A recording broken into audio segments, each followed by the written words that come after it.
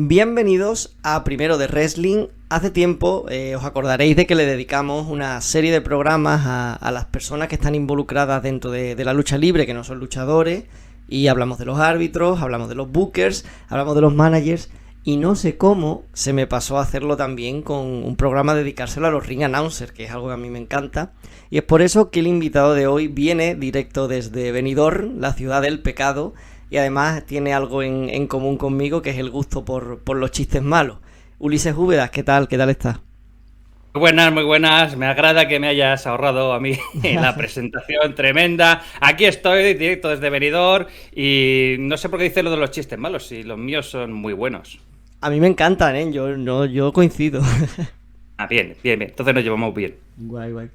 Que bueno, empezando por quien no te conozca, has sido ring announcer en WWE, yo creo que tanto en Level 1, ¿no? Como en shows de triple como tal.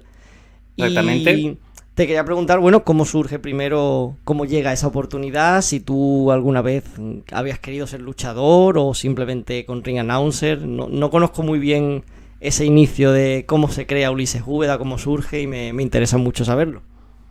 Muy bien, pues yo hubo un momento de mi vida que quise empezar a hacer cosas que nunca había hecho, lo que llaman la crisis de los 40, típicamente. Y me fui a Madrid. Cogí y digo, me iba a apuntar a hacer cosas que quería hacer, que era interpretación, apuntarme a clases de danzas urbanas y hacer lucha libre, que era algo también que había perseguido desde muy pequeño. Y a raíz de eso, pues lo que más me enganchó fue la lucha libre, lógicamente, porque es algo que, vamos, que en la época que me empezó a gustar a mí es algo que ves totalmente lejano, imposible. Y bueno, al final pude cumplir mi sueño de subirme a un ring a pelear. ¿Y cómo Y conociste la WWE? ¿Tenías alguien conocido allí en Madrid que te lo enseñó o fuiste a algún show de público? pues, originalmente había visto algún vídeo por internet en sus inicios, pero aún no estaba yo como para irme. Y hablando con otro amigo de Valencia, fue el que porque yo el wrestling lo tuve olvidado mucho tiempo, fue el que me volvió a meter en el gusarillo, y hablando con él donde apuntarme, me recomendó Lucharama y allí que fui. Y, o sea, ¿pero empezaste entrenando o directamente fuiste ring announcer? Sí, yo me empecé a entrenar y la idea era, pues, luchar. Y en uno de estos lucha shows, tenía un personaje que era un pirata, la fita, y era face y pues tenía su carisma, era divertido. Y hacía falta un presentador en Level One por aquel entonces. Y me lo propusieron. Lo que pasa es que tenían la idea de que hiciera yo el pirata. Pero yo quería hacer de Gil. Tenía un par de personajes preparados y propuse, ¿y si hago de Ulises Úbeda, que ya les había enseñado una hoja con las características del personaje y tal? Yo creo que puede funcionar y tal. Y dicen, vale, prueba. Y pues mira, ahí se quedó el personaje de Ulises, en marcha. A mí eso es una de las cosas que me llamó la atención al principio de la WWE, que es que en W no, en W estoy acostumbrado a que el que presenta los combates lo haga como de forma seria, como si fuera de verdad, ¿no? Un combate no pactado. Pero en la WWE hasta los ring announcers tenían como su personaje. A mí eso es un detalle que me gustó mucho, la verdad. Y cuando empecé a ver los primeros espectáculos de Triple W y Level One, me di cuenta de que había una personalidad única en esos shows. Y viendo el ambiente que había en Tabacalera, y digo, pues aquí hay que hacer algo acorde, adaptarse. Y Nathan Young, que es un genio, es una maravilla de presentador, tiene una labia que te cagas. Y perdón por las palabrotas. Y yo no podía hacer eso, yo no he sido de estar hablando sin tener algo realmente que decir, algo importante. A mí me costaba mucho hacer discurso. Pero a cambio yo podía pues poner un poco de sinvergonzonería, un poco de gracia, en el sentido picarón. Y pues yo me adapté y hice esa propuesta. para hacer los espectáculos más divertidos. Sí, a mí una cosa que también me llamaba la atención en concreto de Nathan Young, que quien no lo conozca, eso era un ring announcer también de WWE, que era fantástico y además que lo hacía, creo yo, sin tener un papel, que es lo normal, que la mayoría suelen tener unas notillas o tal, pero él improvisaba mucho hablando y se le daba bien y te quería preguntar por eso, o sea, el tema de improvisar con un micro, el quedarte en blanco, ¿tú con eso cómo lo has llevado? Mira, te digo, yo acabé apuntándome a clases de impro teatral para mejorar todo ese tipo de detalles, que me ha venido genial. Pero eso también depende de cada uno. Yo improvisando, ahora soy bastante mejor de lo que era para aquel entonces, al principio. Y yo, fíjate que el origen de los chistes tuvo que ver mucho con eso, porque yo veía a Nathan y a lo mejor había habido algún problema con el ring y estaban trabajando, ¿no? Y mientras tanto, en la triple, pues el, el speaker pues se ponía a hablar, se ponía a contar cosas del show, de las historias, recomendaba el bar, comprar merchandising para ayudarnos, etcétera. Y eso yo como que lo veía, ostras, a mí no me sale. Entonces se me ocurrió decir, voy a cogerme unos cuantos chistes malos, los voy a buscar en internet. Literalmente hice eso, los peores chistes de la historia. Y me fui apuntando. Algunos eran tan malos que ni eran chistes. Hice una selección y yo pensaba contarlos pues de vez en cuando en momentos cortos y tal, pero hubo un día que hubo una espera larga con el ring, que se hizo muy lento a arreglar el problema que había. Y me conté casi toda la lista, claro, eso era como para contar 2 o 3 como mucho.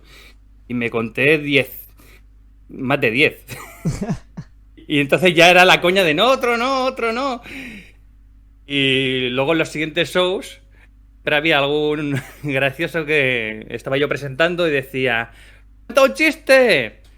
Y ya se quedó allí para siempre. Hombre, muchas veces en el wrestling las cosas más divertidas surgen de manera muy, muy espontánea. O sea que me hace gracia que en tu caso haya sido así, ¿no?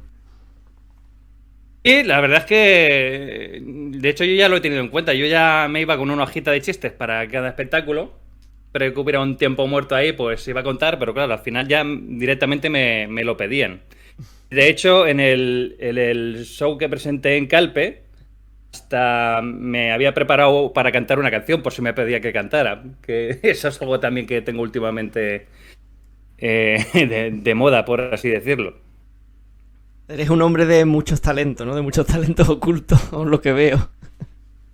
Bueno, se trata de divertirse. Es que además, cuando presentas, es súper importante pasárselo bien, divertirse, porque eso lo proyectas, lo transmites al público. Y el público, si tú te lo pasas bien, ellos se lo pasan también bien. Sí, sí, eso yo creo que en el programa alguna vez seguramente lo hemos dicho y es algo que hablo también aquí con gente de, ya sea luchador, manager, ring announcer, tiene que notarse que estás en el momento más divertido del día, ¿sabes? Tienes que notarse que te lo estás pasando bien, porque si no, eso el público yo creo que lo transmite, sí, hay como una energía, ¿no? Algo que si el luchador se lo está pasando bien, o el ring announcer en este caso, eso el público lo nota muchísimo. Sí, cualquiera que está dando la cara en un espectáculo tiene que estar metido, no puedes hacer, mira, este es un tío que es la leche, y decirlo con el tono que lo estoy diciendo ahora. No tienes que emocionarte, decir, ¡este tío es la leche! Y que si le pones pasión, el público dice, ostras, ¿quién es este tío, no? Que va a salir, ¿no? O sea, Claro. ya le entra el gusanillo. Es que como presentador tienes que valorar el producto que estás presentando, amarlo, pero directamente en el momento en el que estás expresándote. Ujú. Eso es importantísimo. Totalmente, sí, sí. Además, yo creo que pasa un poco como con el caso de los referees, de los árbitros, que desde fuera parece muy fácil, pero el tema del ring announcer, por ejemplo, yo solo me lo dejaron hacer una vez y, hostias, entre que yo tengo poca voz y a la nada me quedo sin voz, y luego eso, hay un momento a lo mejor así en el que tienes que rellenar y se hace muy cuesta arriba, entonces tiene muchísimo más mérito de lo que parece el presentar los combates, el darle energía, el explicarle si alguien es la primera vez que llega a un show, que entienda la historia. O sea, hay mucha más labor de lo que parece detrás, ¿no? Y yo cuando iba a explicar alguna historia, pues me lo preparaba. Yo el guión ya lo tenía de antes y decía, vale, esto lo puedo decir así, así. De hecho, bueno, cada uno tiene su forma de hacer las presentaciones. Hay quien lo hace muy formal, hay quien dice desde Birmania con 57 kilos de peso, brico. Y yo pues hacía chistes o pero siempre respetando al luchador. No, bueno, en algunos casos era un poco más broma, pero porque el gimmick del luchador se presta a eso. Pero, por ejemplo, cuando presentaba los Radical Bikers, a lo mejor decía los más machos y peludos de la Ruta 66. Le das como un carácter, cuentas en una frase una pequeña historia que no tiene por qué ser cierta, pero ya pone al público ahí en el punto de esta gente, quiero ver más de esta gente. Hay que crear expectación y que todo esté, sobre todo estar integrado. Que sí que veo que hay... Normal, no estamos en un entorno profesional, pero hay presentadores que les falta un poco el estar ahí, el amar lo que están haciendo y sobre todo perder los nervios que muchas veces se nota que hay en el lenguaje no verbal. Claro, pero precisamente por eso te quería preguntar trucos que te hayan dado en las clases esas de improvisación, que tú te habrás visto en situaciones que a la hora de improvisar al final has salido adelante y no sé, lo mismo, ¿tienes algún truco especial que pueda ayudar a alguien que nos esté escuchando? Bueno, tengo muchas cosas. Ya te digo que el carácter del presentador va a depender de cómo lo quiera llevar el propio, digamos, actor. Pero vamos, una cosa que da mucha confianza es la dicción. Yo en las clases de interpretación que daba, porque en clases de lucha libre, o sea, en algunos, tanto en Lucharama como en UPW, da algunas clases de interpretación a la gente, y una de las cosas que siempre me gusta enseñar es dicción. Les llevo unas hojas para que practiquen, para decir frases tipo... cansadas, cargadas, rapadas, marchaban las chavas, calladas, calmadas, bandadas de gatas, las ratas cazaban, de ese tipo, porque da mucha seguridad el decir, vale, va a ser difícil que me trabe. Eso por un lado. Luego el lenguaje no verbal, eso es importantísimo en esto y en la vida. Porque te da una seguridad el decir, vale, yo me voy a mover de aquí a allí y no voy a pasear, no voy a hacer... soy consciente de lo que hace mi cuerpo, no voy a empezar a dar pasos sin más, no voy a empezar a oscilar el cuerpo a un lado a otro, que esos son nervios, se nota. Cuando conoces todas esas cosas, te das cuenta cuando las haces y es mucho más sencillo el evitarlo después porque eres consciente. Entonces, el lenguaje no verbal y dicción son cosas... están muy muy bien. Luego, aparte, también hay que saber colocarse en el ring como si fuera un escenario para no quitar el foco a los luchadores cuando es su momento.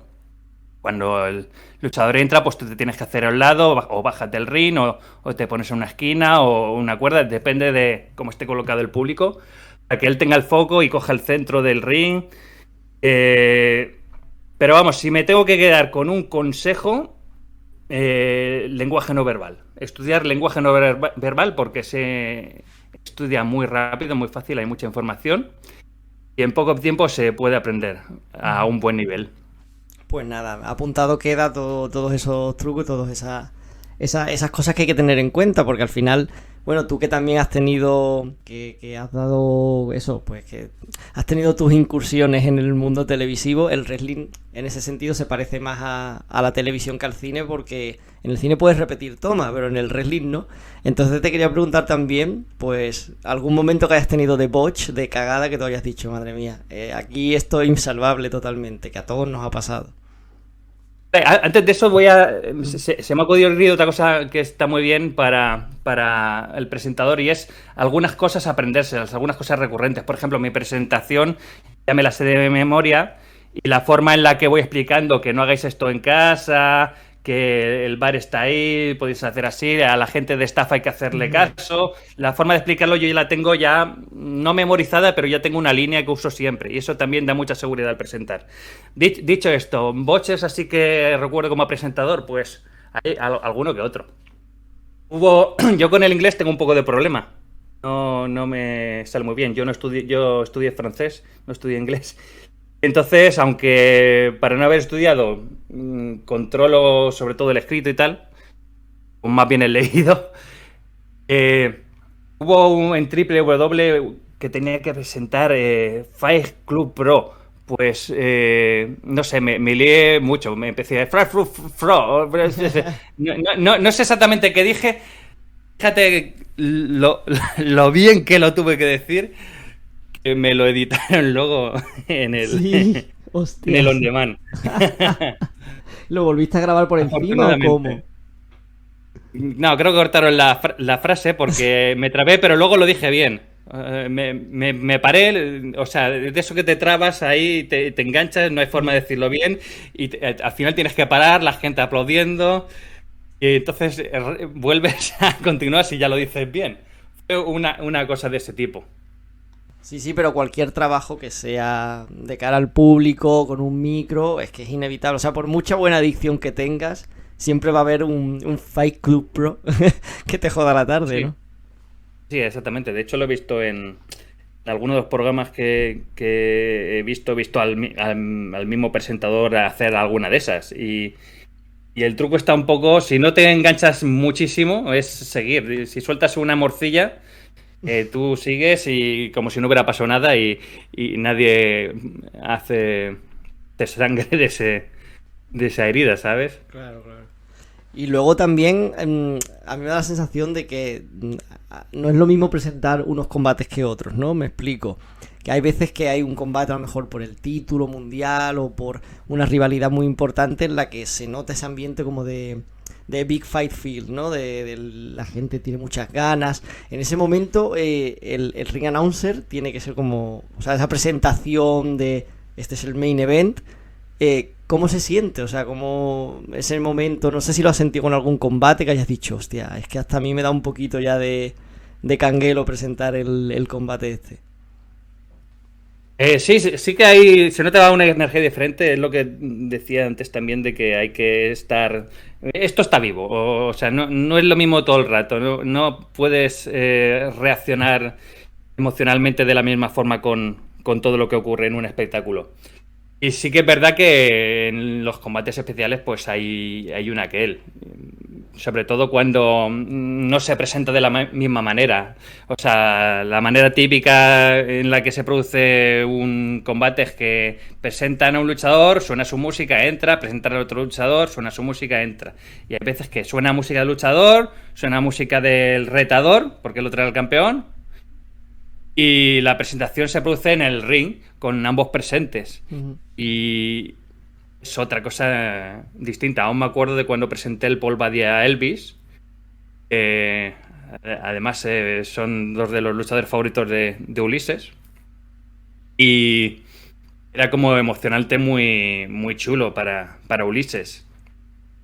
Y le dio mucha importancia a ambos luchadores. O sea, ninguno de los dos está ahí por casualidad. Ambos se lo han ganado de una manera clarísima.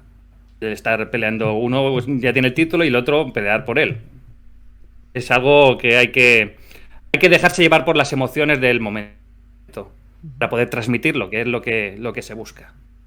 Pues cambiando un poquillo de tema, también quería preguntarte que creo que nunca, bueno, lo habremos mencionado, pero nunca hemos hablado como tal de Calpe aquí, de Underground Pro Wrestling, que creo que estarás más involucrado allí, que supongo que es porque te pilla más cerca, ¿no? Y bueno, quería que explicaras también qué es lo que estáis haciendo allí, habéis hecho algunos shows, sé que tenéis un gimnasio, pero bueno, explícame a mí, explícame a los que nos escuchen para que lo sepan también. Vale, yo me enteré de Calpe estando en Madrid, que a los pocos meses de estar allí, que me dijeron, estaba yo en Lucharama entrenando y me dicen, "Ah, pues se han abierto un gimnasio en Calpe". Y yo, ¿qué? ¿Me vengo a Madrid y ponen uno aquí en mi provincia? Y en Calpe, ¿qué dices? Si fuera en una ciudad grande, pero Calpe no es una de las ciudades grandes de la provincia. Tal que cuando volví a Alicante, allá que me fui a conocerles. Y bueno, con el tiempo, pues hablando con Alin Hawk, que es uno de los que estaban haciendo eso aquello, fundador, pues dijimos de que teníamos que hacer cosas, aprovechar y hacer cosillas ahí. Ellos ya hicieron un show junto con RCW y yo fui de público. Y pues con el tiempo fue un poco más a más. Ellos, digo ellos porque en ese momento yo no estaba, o estaba en plan apoyo. Y abrieron el gimnasio, porque ya entrenaba en otro sitio, pero se abrió un gimnasio exclusivamente para hacer lucha libre. Y bueno, luego llegó el tema de la pandemia y claro, pues ahí lo que nos pasó a casi todos, que pues muchos proyectos se vinieron abajo o se cortaron y tal. Pero yo de todas formas no había perdido la gana de hacer cosas. Y en plena pandemia hice con Aline lo de, digamos, el robo, entre comillas, de la promotora.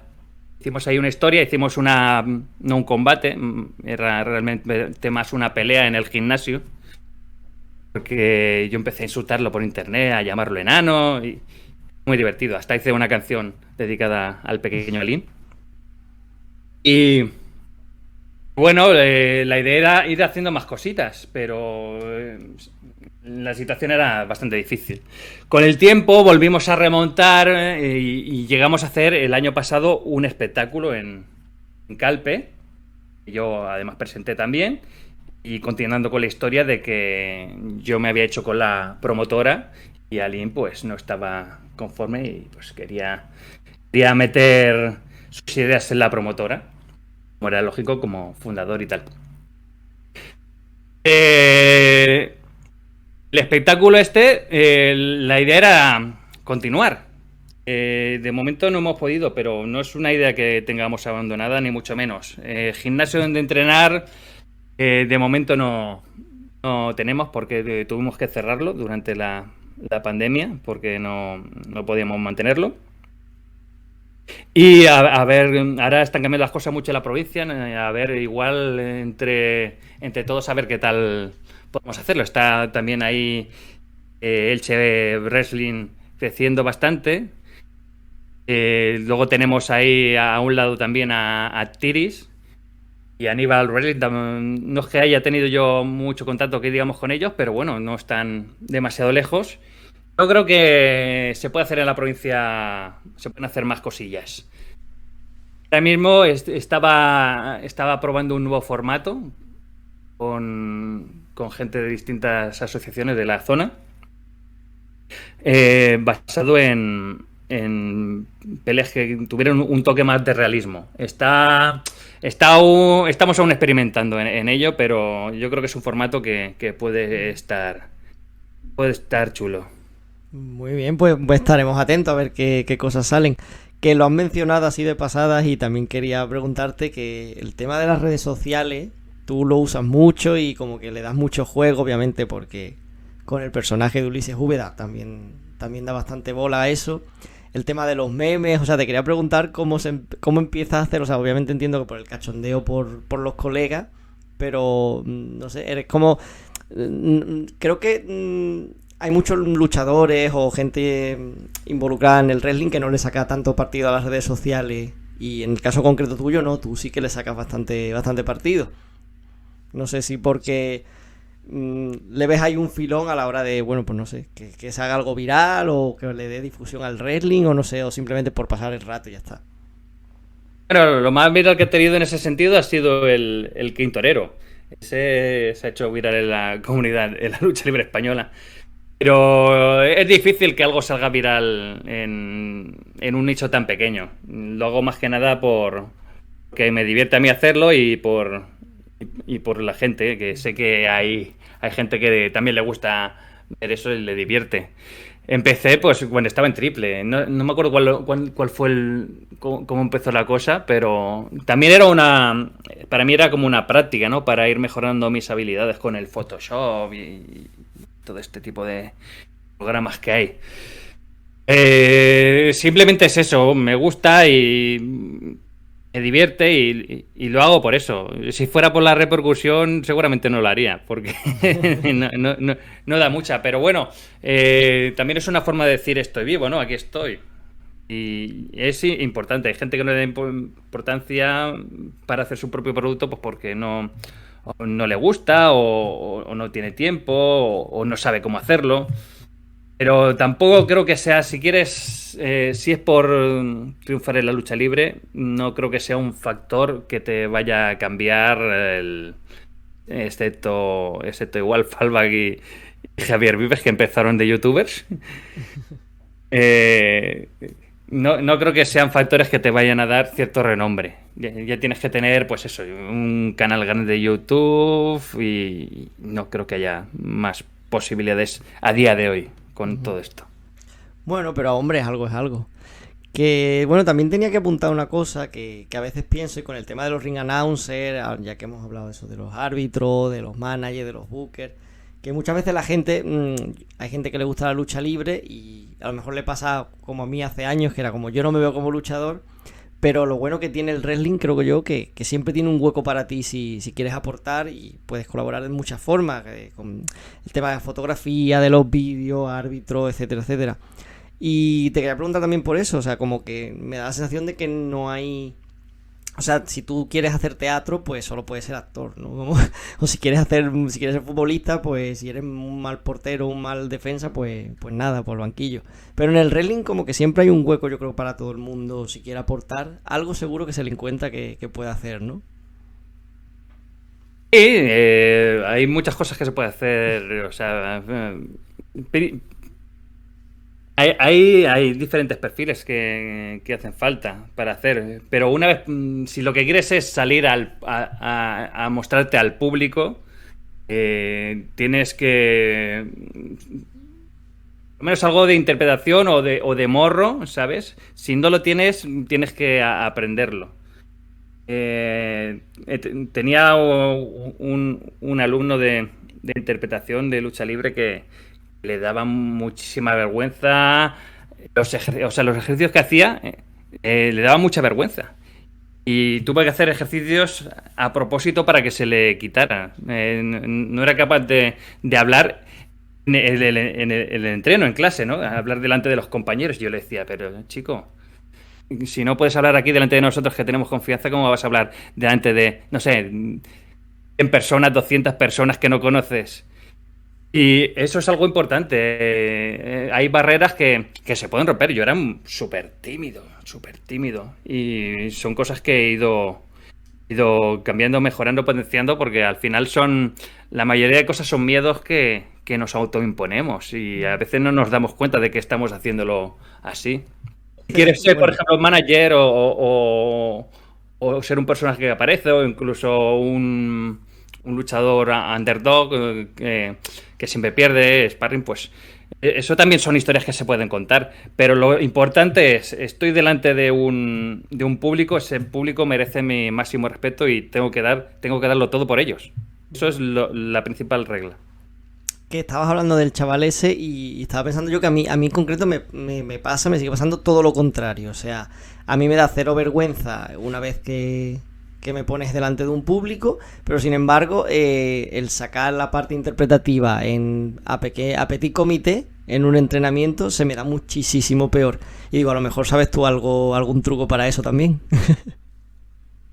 Para poner la parte interpretativa en entrenamiento, ¿dices? Sí, o sea, como que no tengo problemas de cara al público, pero en entrenamientos es como soy un robot sin alma. Solo puedo hacer los movimientos correctamente y ya está, no me pidan mucho más. No sé. Vale, no sé. Es importante también que alguien que te vea y sepa un poquito de lo que se habla, te va diciendo, pues yo suelo ser muy técnico con el lenguaje no verbal. A lo mejor digo, mira, tienes la barbilla muy baja, estás como protegiéndote. Si la tuviera más alta demostraría más confianza, ¿no? O estás cruzando los brazos por delante de tu cuerpo, estás como en una situación tú te estás protegiendo sin darte cuenta, pero eso se ve. Eso se ve, lo ve el público, si lo están grabando con una cámara, se ve en cámara. Entonces, son detalles que dicen mucho. Es que el lenguaje no verbal es una mina para la interpretación. Como... Es que no sé bien qué decirte porque tendría que ver qué te pasa exactamente. Si tú te sueltas, es que vas a tener mucha ventaja con esto, ¿no? O sea, la mente y el lenguaje no verbal van muy conectados. Si tú haces un buen lenguaje no verbal, la mente la acompaña. Y si haces una buena forma de sentir las sensaciones, difícil de explicar así rápido, el cuerpo acompaña también al otro. Es algo que está comunicado. Lo mismo si lo hacen mal. Se comunica. Entonces, no sé si te estoy siendo de mucha ayuda. Sí, o sea, me parece que lo que dices tiene sentido. Es verdad que obviamente tendrías que verme para analizarme mejor, pero sí, le veo bastante sentido. Hay unos, o sea, si es por tema de la seguridad, hay algunos factores en el lenguaje no verbal que suelen marcar bastante y es las líneas rectas. Si tú te mueves en líneas rectas, y no me refiero a robot, hay que humanizarlo. O sea, si tú dices, vale, tengo que ir aquí y vas recto, es mucho más seguro que si vas rankeando. Si vas a una velocidad constante, es mucho más seguro de que si vas más rápido al principio y luego más lento, o al revés. O si pegas un arranque de un paso rápido y luego, bueno, voy a ir más lento. Son cosas que te marcan mucho la seguridad. Que estés mirando fijamente al punto donde quieres ir también te da seguridad. O sea, hay muchos detalles con todo esto. Muy bien, muy bien. Yo me lo apunto todo y espero que los que nos escuchen también, porque creo que son consejos muy, muy buenos a la hora de, ya no solo el wrestling, a la hora de cualquier cosa de cara al público o interpretar, lo que sea. Y para la vida, ¿eh? Y para la vida también. Y antes de acabar, te quería preguntar también por gustos propios dentro de la lucha libre. Yo supongo que eres de la generación de, no sé, de Telecinco, ¿no? Por eso que te gusta más el tema personaje, me imagino, ¿no? Pues no, yo veía yo empecé a ver la lucha libre pues no tengo claro si fue en el 87 o en el 88 por vía satélite. Teníamos aquí en mi casa una antena parabólica. Entonces yo lo veía todo en inglés, que no entendía un pimiento, pero de ahí yo creo que la primera palabra en inglés que aprendí a decir después de Jesse fue body slam. Y yo pues veía, era un poco antes de la época de Telecinco. Aquí además no había Telecinco, llegó más tarde. Entonces yo veía los programas en Sky, creo que en Eurosport también lo hacían, en Galavisión también, que él veía la lucha mexicana. Lo veía todo como 2 semanas antes que ocurriera aquí en España. Entonces, un adelantado. Sí. Yo vi. Yo estuve viendo cosas que. Vamos, yo creo que soy por lo menos de los que está metido en el tema, yo creo que soy. No estoy 100% seguro, pero creo que soy el primero. En aquel entonces, yo creo que mi luchador favorito, y no estoy bien seguro porque había unos cuantos que me gustaban, era Macho Man, por aquel entonces. Luego llegó el Undertaker y a full con Undertaker, porque era un luchador diferente, era imparable. Literalmente habían hecho un personaje que no podría durar en el tiempo porque era invencible. O sea, no le hacía daño nada, no lo podían detener. Es un poco lo que ha pasado hace no mucho con Bray Wyatt de Finn. Era un personaje imparable, no le dolían las cosas y no aprendieron con lo del enterrador, que al final tuvieron que hacerlo un poco más humano cada vez. Y ese tema también me llama la atención de que hay veces que los errores se repiten a lo largo del tiempo. Pero luego he tenido también, aparte, otros luchadores que me gustaban mucho, como Razor Ramón, Mr. Perfect. Más reciente, Alberto del Río, me gustaba mucho. Yo he sido mucho de gimmicks. Mr. Perfect no es que fuera un gimmick muy, muy marcado, pero no sé, tenía cierta aura, cierta magia eso de Mr. Perfect. Y dices, vale, pues qué guay, ¿no? Pues ya antes de acabar solo queda, voy a recuperar hoy, como no, la ronda de reconocimiento, una ronda final. Te voy a ir diciendo nombres de ring announcers conocidos Tú dices lo primero que se te venga a la cabeza, si eres más fan, menos fan, un poco lo que se te venga a la cabeza, mejor dicho. Bueno, a ver qué tal se da. Vale. Bueno, la primera es, bueno, iba a decir casi de aquí, pero prácticamente Lilian García. García, maravillosa voz y un orgullo español también. Como Kane. Sí, exactamente. Vale. Justin Roberts. También es bueno, sí. Vale. También le pone mucha emoción. Vale, ya un poquito tirando más de clásicos. Howard Finkel, que es el señor de Fink, Calvito. Pues a mí este hombre me hacía mucha gracia. Sí, no por el aspecto, la voz que tenía era como muy, no sé, era muy divertida. Que bueno, este no es tanto de wrestling, pero bueno, tiene una frase tan mítica y lo ha usado alguna vez en la Royal Rumble, que es Michael Buffer.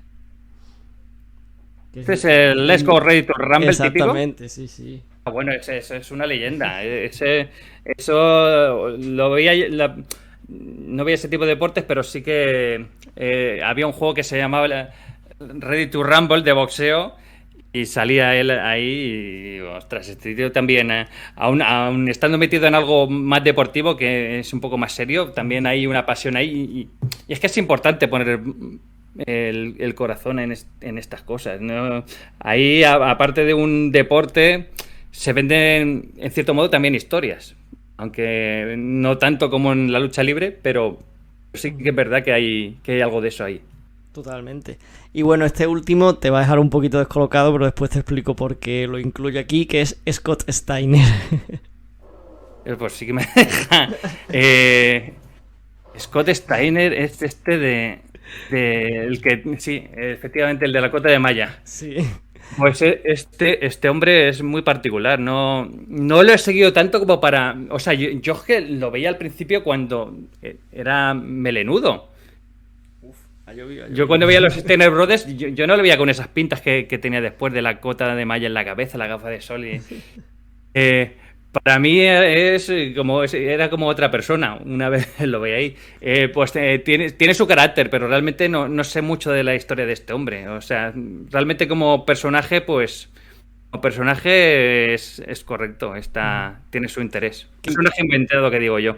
Claro. Que lo he incluido porque una vez no sé por qué hizo de ring announcer en TNA y me fue graciosísimo. Entonces, si alguien no ha buscado ese vídeo, que lo busque y lo vea, porque son como 5 o 6 minutos, un show entero que hizo el de ring announcer y es brutal. Lo tengo que ver, le he visto lo de las matemáticas. Pues del estilo. Que también está muy bien. Pues eso es un poco también. A veces te aprendes una cosa así un poco más o menos de memoria y lo dices con toda tu cara y funciona y entra. Es uno de los... Hostia, ¿tú crees que esa promo se la aprendió el de memoria? Sí. Uf, sí. Hostia, siempre he tenido esa duda, siempre he tenido esa duda, porque al final es verdad, o sea, eso no puedes improvisarlo, pero... Pues son muchos datos para decir así tan rápido. Me recuerda un poco a mí cuando digo un trabalenguas de estos, como el que he dicho antes. Se la tuvo que aprender, seguro. Bueno. Es algo que se te ocurra además de golpe.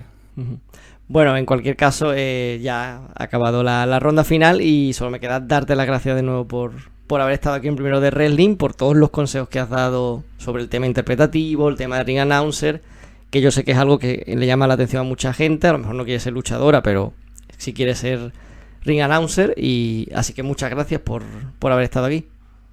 Muchas gracias a ti por la labor que haces aquí dando a conocer todas estas cosas de este arte, este deporte, como quieras llamarlo, que tanto nos gusta, y por tu trabajo en redes para ir promocionando lo que hacemos aquí en España, sobre todo. Nada, un placer. Y bueno, a los que nos escuchan, como siempre, la despedida canónica, que voy a intentar que siempre sea igual de canónica y nunca lo consigo, que es que nos podéis encontrar en YouTube, nos podéis encontrar en iVoox, nos podéis encontrar en Spotify. Recordar que en Spotify no están todos los programas, están los últimos, no sé si son 10 o 20, pero en el resto de redes sí lo podéis encontrar. Y en Twitter, donde podéis proponer invitados, temas, nuevos programas, etcétera. Así que nos escuchamos muy pronto y, como siempre digo, lo más importante, disfruten del wrestling.